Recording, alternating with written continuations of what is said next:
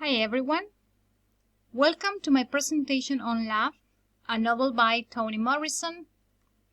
I'm Rocio Morel and I would like to tell you how I organized my presentation. First, I'm going to tell you something about the author and something about the novel. Then I will present my thesis statement with some quotes to support it. And finally, I will present a conclusion. This is Toni Morrison, an African-American novelist. She was born on the 18th of February 1931 in Lorain, Ohio, and she died on the 5th of August 2019 in New York. Morrison was the first African-American woman who received the Nobel Prize in Literature in 1993, and she also won the Pulitzer Prize for Fiction for her novel Beloved. This book, Love, is her 8th novel, and most of her works explore Black identity in America, and in particular, the often crushing experience of Black women. The novel is set in the late 90s, and it explores the 20th century Afro-American history through the individual experiences and perceptions of its female protagonist. Now I'm going to present my thesis statement, which says, Love portrays the struggle of female African-American characters to gain agency and overcome the traumatic experiences of their past in a world where racial inequality and sexism are inevitable. Thus, each character becomes consumed by the sexual aspects of their identity. I'm going to focus on 3 characters. Heed, who is Bill Cosey's second wife, Christine, Bill Cosey's granddaughter, and Junior, a daring young girl who functions as backdrop and catalyst of the plot. These women are bound to each other through the traumas they have suffered in the past, which still affects their lives in the present. Even though they seem to be disconnected to one another, their identities are intertwined, since every woman has a history of individual experiences that shape their psyches. Those experiences involve poverty, racial oppression, and sexual abuse. The plot of the novel centers around Bill Cosey, an African-American entrepreneur who, though long dead, still dominates the lives of these women. While he was alive, both he and Christine had been emotionally and economically dependent on him, and now they are haunted by memories of his powerful presence, while at the same time they quarrel about his heritage. Then Junior appears in their lives and causes a great change, since she could re-establish a connection between them. The 3 women have something in common. They have been abandoned by their families at a very early age. From then on, they both struggle to find their identities, competing with one another in order to secure their place and to survive. As for Heed, she was 11 years old when their parents sold her to marry Bill Cosey, who was Christine's grandfather.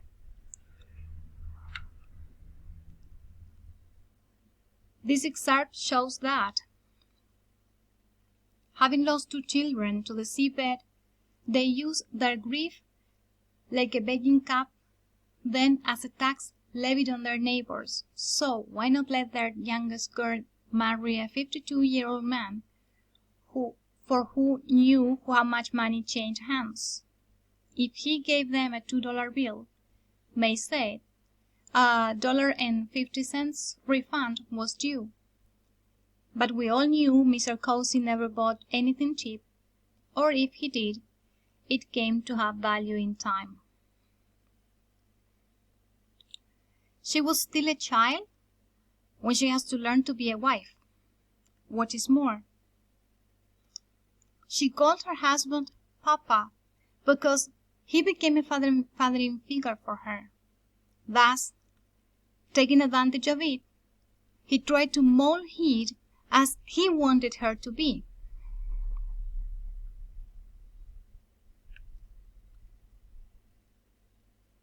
This excerpt says that it was a mating that had not changed. Causes bachelor behavior, which after years of illegible widowerhood, he hoped to end by marrying a girl he could educate to his taste.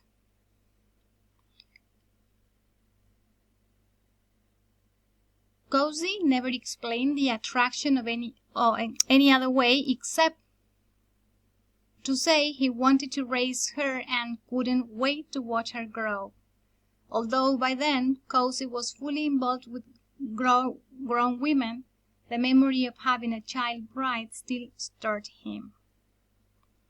Once he has had the opportunity to pour out to Christine, by the end of the novel, she says, "He took all my childhood away from me, girl. He took all of you away from me." The next character is Christine, who is about his same age and who has also been his close childhood friend until they were ripped apart by the shocking fact that her grandfather has married her best friend. The following is an excerpt from a conversation between Christine and Junior. It says, "You are not related?" "Just friends?" Junior asked to Christine. Christine says, "She's not my friend. She's my grandmother." "Say what?" "You heard me. Grandmother. Get it? But you are the same age." "I'm older. 8 months older." "Wait a minute." Junior frowned. "She said she was married for 30 years and he died 25 years ago. So she must have been a baby." "And you were how old?" 12. "My grandfather married her when she was 11. We were best friends. One day we built castles on the beach. Next day he sat her in his lap. One day we were playing house under a quilt. Next day she slept in his bed. One day we played jacks. The next she was fucking my grandfather. One day this house was mine. Next day she owned it." It does something to the mind, marrying before your first period. "She needs professional help, don't you think?" said Christine to Junior in a conversation.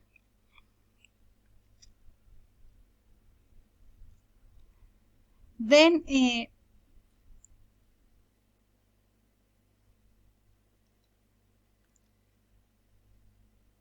Christine had the opportunity to explain it, that she was forced to leave the house.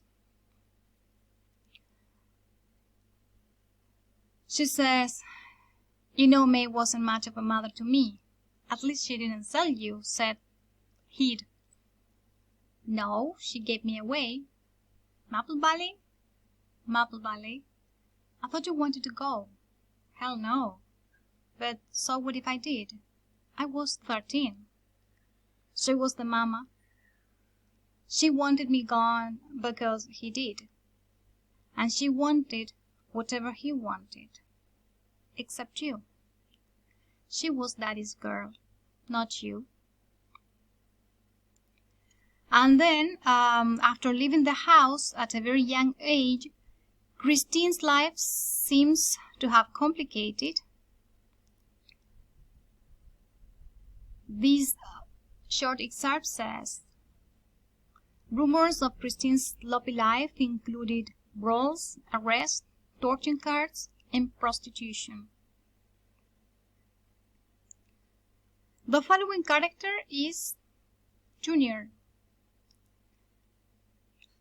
She, as well as the other women, could not escape the hardships of life. She never met her father since he died at war,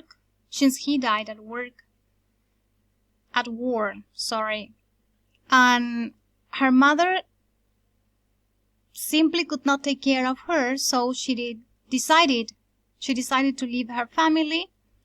From that moment on, she had to struggle for survival. While talking to Heat, Junior says, "I never knew my daddy," said Junior. "He was killed in the army, Vietnam." And Heat says, "At least he went. And my mother didn't care a thing about me." "Me neither. Maybe I should get married, like you did. Be careful. Well, you got this nice big house out of it." "My Vietnam," she says. "Except I come out alive." So far, she thought. "But like you say, he did leave me well off."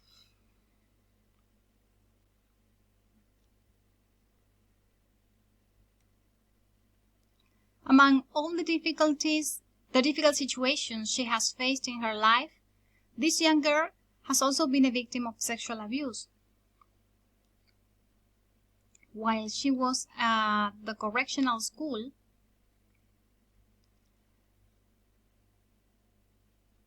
this excerpt shows that the ones she got when she had been a model student, considered model until they made it seem as though she had killed him. Why would she do that? Mess up just when she was about to graduate? Killing the administrator was not on her mind. Stopping him was. Some girls liked his conferences, traded them for office duties, sexy underwear, trips off campus, but not her.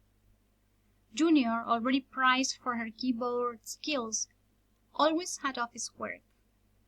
Who wanted or needed an old man wearing a white red tie pointing down to a penis that couldn't compete with raw vegetables, bars of soap, kitchen utensils, lollipops, or anything else inventive girls could conjure? The exit conference was scheduled for Friday, and when he changed it to Monday, 4 days earlier, Junior thought a prize or a job offer would be discussed.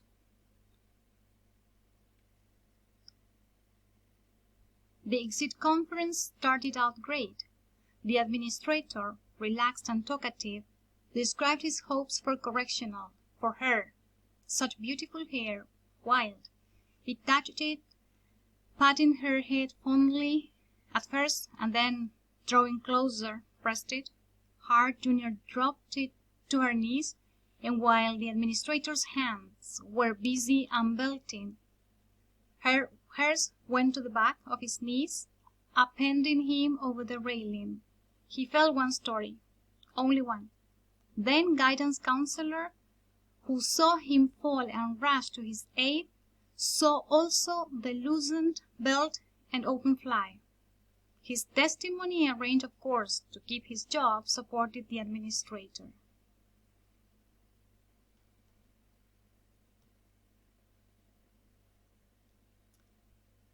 So far we could see how Heath, Christine, and Junior are bound to each other in a triangular structure of sexual identity which still affects their current life. Thus, my conclusion is that love depicts the struggle and failure of Black American women to overcome oppression, inextricably bound to the systems that oppress them, a system that tolerates the sexual violence perpetuated by men in positions of authority. Well, this is the end of my presentation. Thank you very much for your attention.